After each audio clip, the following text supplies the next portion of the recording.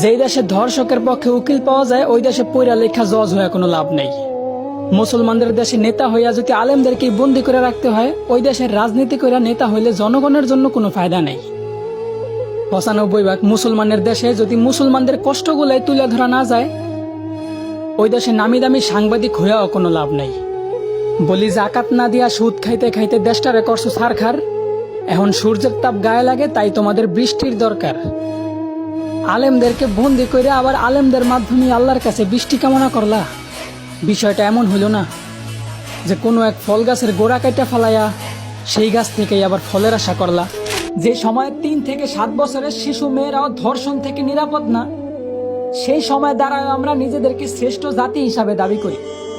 যে সময় free mixing ভাবে পড়ালেখার কারণে বিভিন্ন জায়গায় শিক্ষক দ্বারা ছাত্রীরা ধর্ষিত হইতাছে, সেই সময় দ্বারাও আমরা শিক্ষার মানদণ্ড নির্ণয় করি।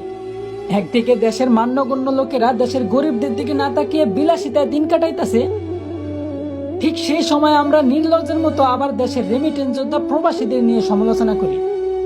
হ্যাঁ, এই সময়ও দেশের প্রধানমন্ত্রী একজন মহিলা, কিন্তু তারপরেও দেশের মা বোনদের আমরা ধর্ষণ থেকে বাঁচাতে অসক্ষমতা প্রকাশ করি।